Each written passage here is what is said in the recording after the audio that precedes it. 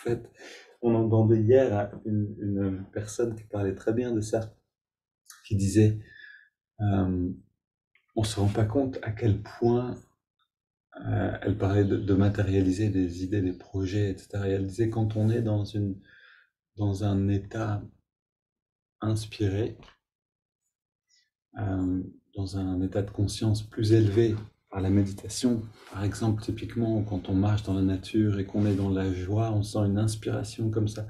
On va avoir des idées qui correspondent à ce niveau de conscience et d'énergie. Puis plus tard, on rentre chez nous, on est dans des choses, on est devant l'ordinateur, on a peut-être des problèmes qu'il faut régler, et on est dans un autre niveau d'énergie. Et ces idées, tout d'un coup, ne sont plus accessibles, ou elles nous paraissent tellement lointaines qu'elles nous paraissent littéralement euh, irréalistes, par exemple. Alors qu'avant, on aurait pensé suivre ces idées, leur donner corps, les manifester. Et que fait Yogoda pour nous? Il nous permet de remonter sur la colline. Remonter sur la colline. Si vous aimez marcher, peut-être que vous aimez monter sur une colline de temps en temps et regarder la vue et vous laisser inspirer par la nature et sentir ce bien-être et cette joie de l'esprit qui est là. Et ben c'est très similaire. C'est-à-dire qu'avec Yogoda, on peut remonter sur la colline à l'intérieur et retrouver cette même inspiration. Ok, fermons les yeux, redressons le regard, le dos redressé, détendu.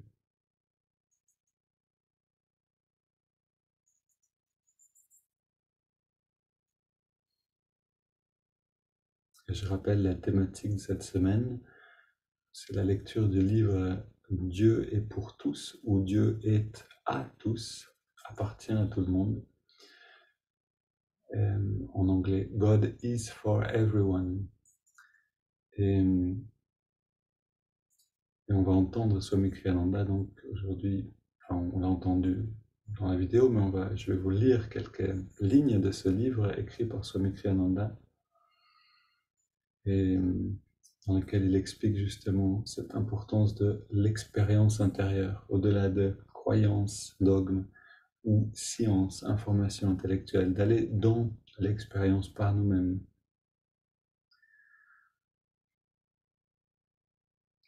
C'est ce qu'on va faire tout de suite en rentrant dans l'expérience de la respiration. Comment je sens la respiration?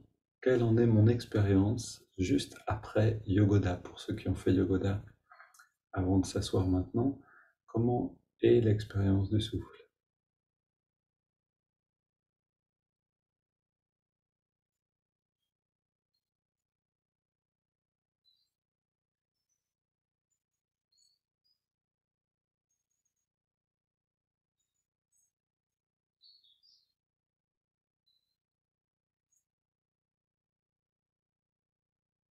Est-ce que j'ai naturellement une respiration ventrale détendue?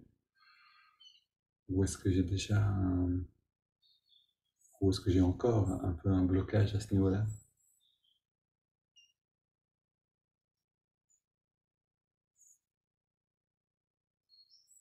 Puis on inspire plus profondément jusqu'en haut des poumons, maximum d'amplitude.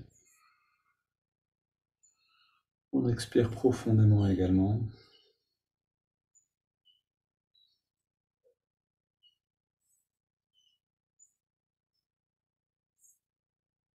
Avec ce mouvement du ventre qui sort au début de l'inspire, qui rentre à la fin de l'expiration.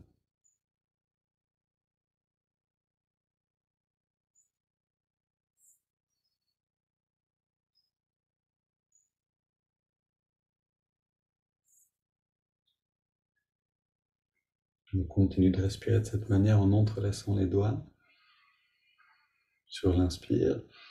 Puis à l'expire, on pousse les mains vers l'avant, on arrondit le dos. Inspire, on étire vers le ciel.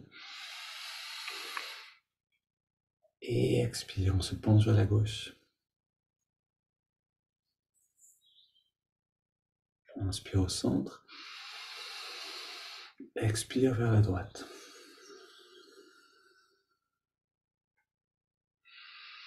On revient au centre à l'inspire, on étire vers le ciel, puis expire. Rotation vers la gauche, on soutient avec les mains.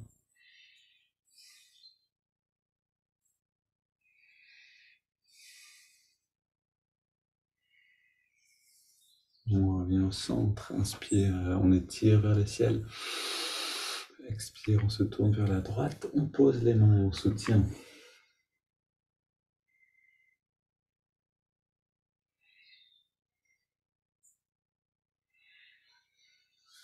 Et on revient au centre. Et si de temps en temps vous sentez en vous comme une sorte de petite flemme, comme ah, j'ai pas envie maintenant de faire les 20 respirations ou quelque chose comme ça, hein, comme envie de faire moins d'efforts. Ces moments-là, profitez-en, c'est comme des indicateurs, on a besoin de devenir observateur. Quand on est observateur, on peut se reposer. Quel que soit l'effort fait par le corps, on n'est plus identifié avec lui. C'est ça qui fait qu'on peut quelquefois se rebeller contre un effort. Essayons de prendre le rôle de l'observateur. On ouvre la poitrine, on resserre les épaules, les coudes derrière.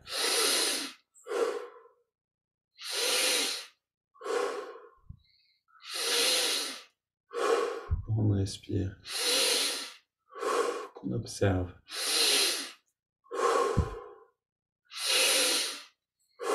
Comme on regarderait un film.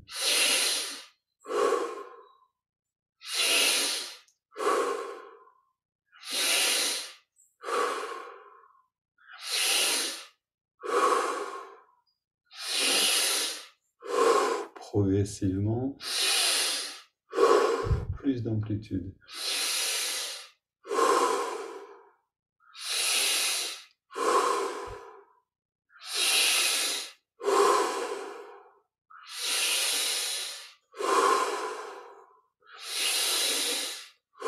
Jusqu'à arriver au maximum à chaque respiration.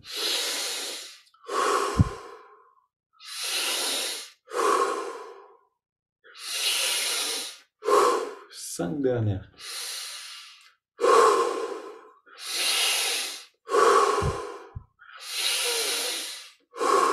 2 dernières.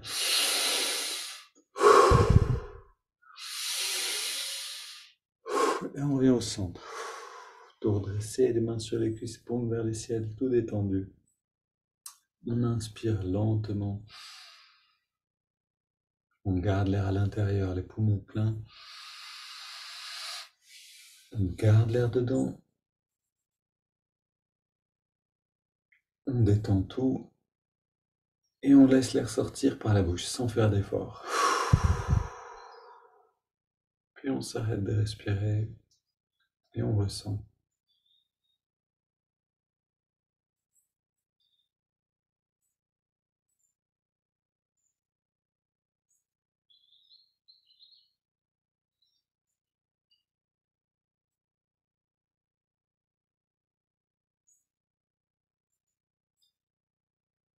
On inspire à nouveau. On garde l'air dedans, on rentre le ventre, on contracte le périnée. On relâche et on expire.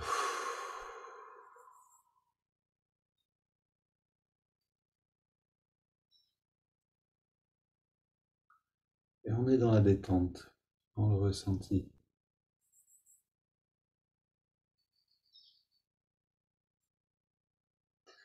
Les textes anciens du yoga nous disent que on a 3 corps, un corps physique, un corps d'énergie et un corps causal.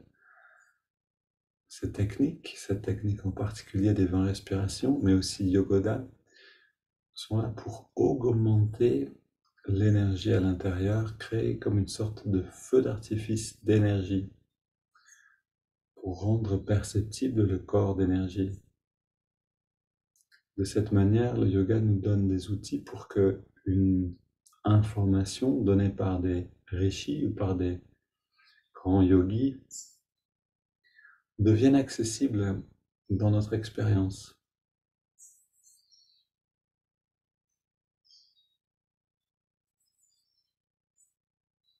C'était vraiment la mission de Yogananda, c'était de donner les outils pour faire l'expérience de Dieu, faire l'expérience du divin en nous-mêmes, pas seulement lire et croire et avoir des rituels extérieurs, mais entrer dans une expérience chaque jour plus grande, comme un pianiste fait ses gammes pour devenir un bon pianiste. De la même manière, on a besoin de faire les gammes de l'âme, d'une certaine manière, entrer dans les mêmes techniques chaque jour, jusqu'à ce qu'on les maîtrise complètement, jusqu'à ce qu'on puisse à volonté aller dans la dimension de l'âme. Comme quand on va dans la salle de bain, de la même manière, on peut, ok, je rentre dans la dimension de l'âme, par la simple volonté de le faire.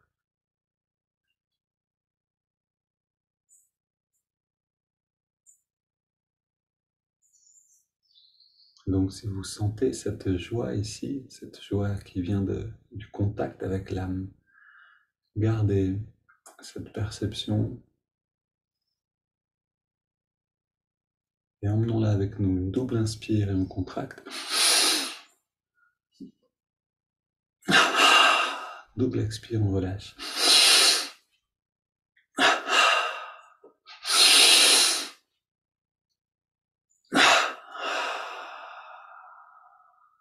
Puis on inspire par les narines, tranquillement, détendu sur 5.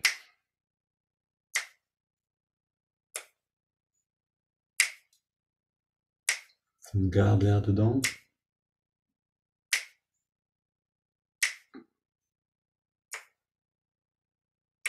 Expire.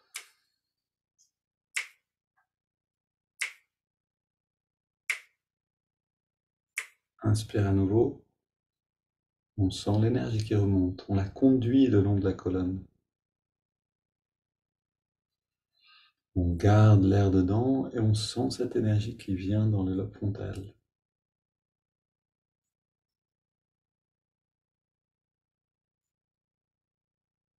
Expire. On sent un bien-être qui nous illumine depuis le lobe frontal, comme une lumière douce et forte à la fois. Inspire à nouveau.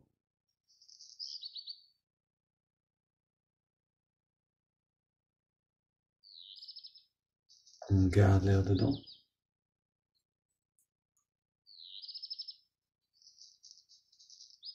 Expire.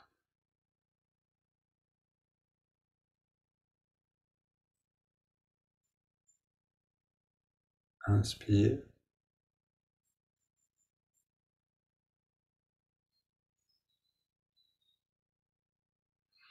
On garde.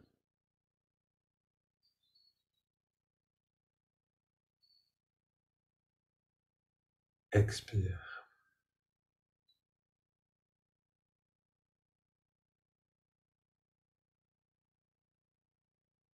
Un dernier cycle. Inspire profondément, lentement.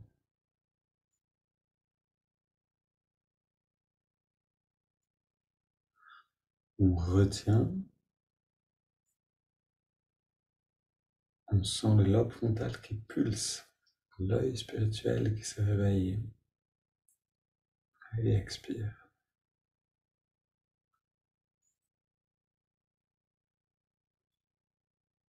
Maintenant, une grande inspire. Et on laisse l'air aller et venir, sans plus contrôler le souffle.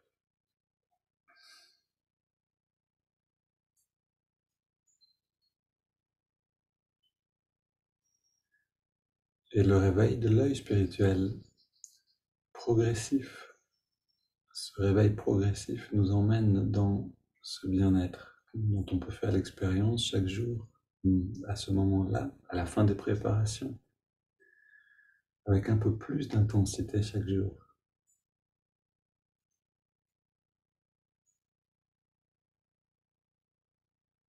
Quelquefois, je demande à des élèves de yoga, tout au début, je demande qu'est-ce que vous sentez maintenant? Et souvent, ils disent pas grand-chose, rien, je sens ça va.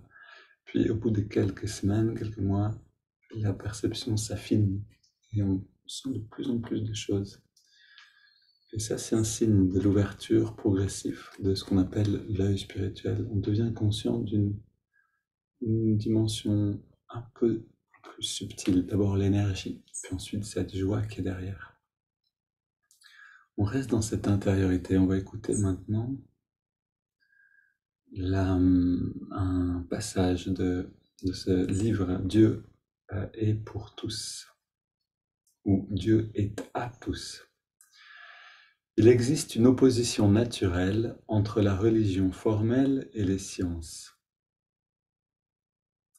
Les efforts pionniers de la science, qui ont permis de découvrir un nombre incalculable de secrets de la nature, offrent une vision de la réalité très différente de celle de la religion.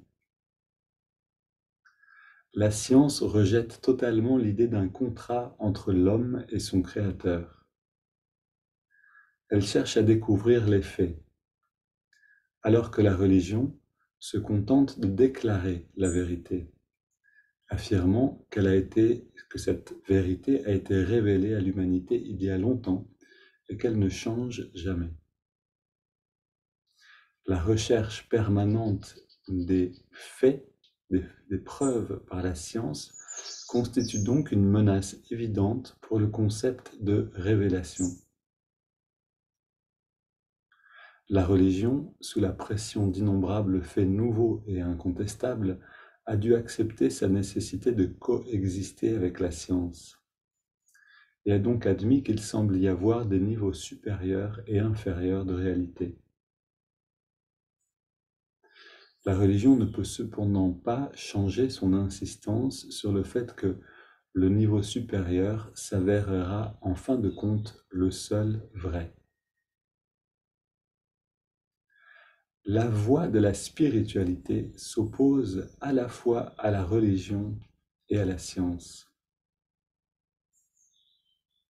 À certains égards, cependant, elle ressemble davantage à la science, car elle cherche également la vérité plutôt que de simplement la déclarer.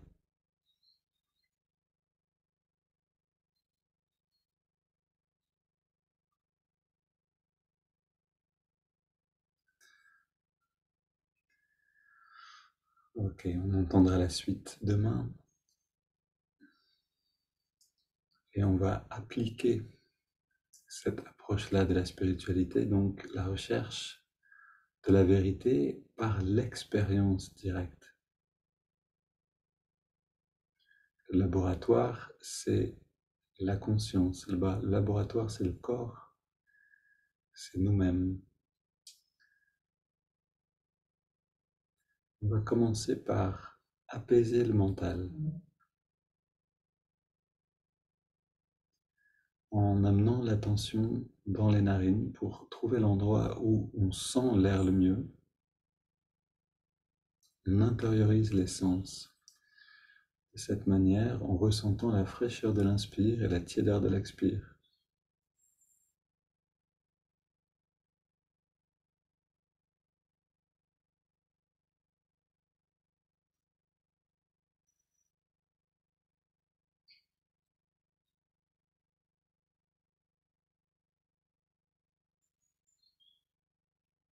Qu'est-ce qui garde le corps dans une agitation constante?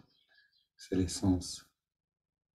Les sens qui, dans la Bhagavad Gita, sont les 5 chevaux qui tirent le char du corps. On a besoin de calmer les chevaux. Ça se passe justement en amenant toute l'attention dans la respiration, dans les narines.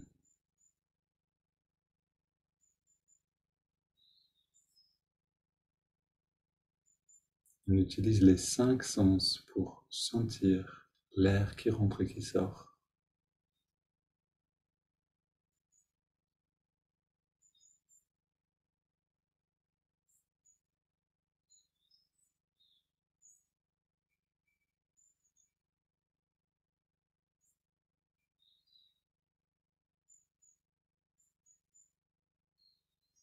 On goûte, on touche, on sent, on voit et on entend cette respiration dans les narines.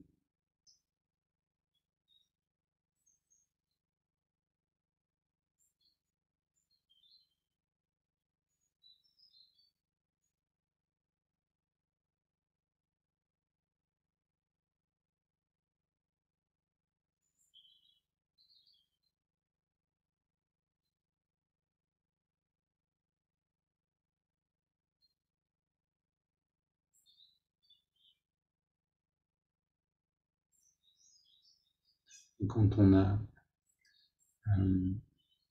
on investit les 5 sens dans cette observation du souffle, on rentre dans l'expérience de l'observation du souffle. Gardons cette expérience active en ajoutant le mouvement de l'index de la main droite qui amène détente et immobilité. L'index revient à chaque inspiration naturelle un tout petit peu vers la paume de la main et à chaque expiration naturelle on relâche l'index complètement et en même temps on relâche tous les muscles du corps.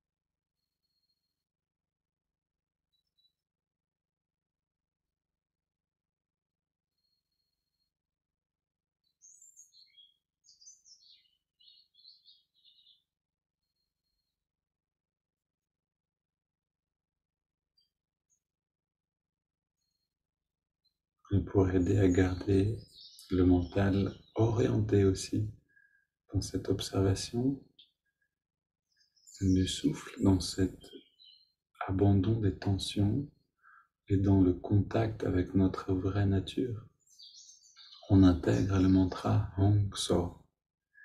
Hong accompagne chaque inspiration naturelle et So chaque expiration naturelle.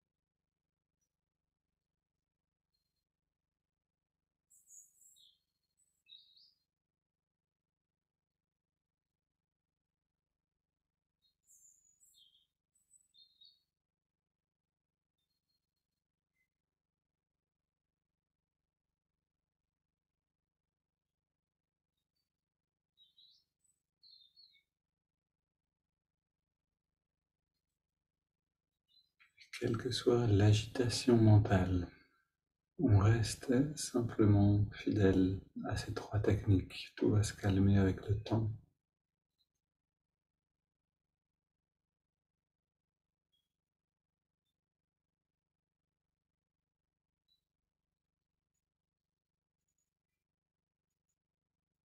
Puis on prend une inspiration profonde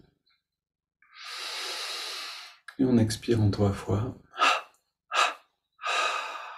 Petite pause après l'expire.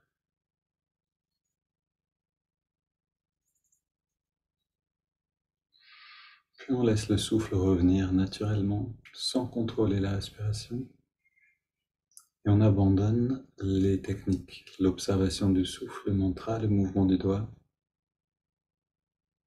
pour pour entrer dans notre propre expérience de qui nous sommes vraiment. Quelques jours, on va avoir une expérience plus intense, quelquefois moins. Ça dépendra de l'agitation du mental et du corps, ou du calme du corps et du mental. Maintenant, on est dans cette expérience, quelle qu'elle soit, on l'accepte telle qu'elle est, sans vouloir la changer, mais en l'acceptant avec gratitude.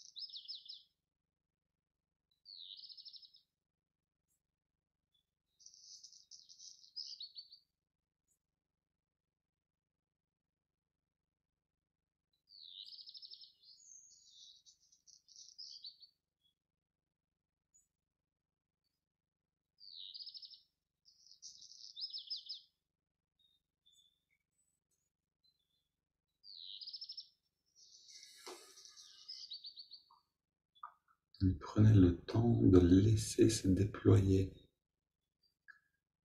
Laissez se déployer le bien-être et même déborder vers l'extérieur. Ce temps maintenant, c'est notre meilleure nourriture.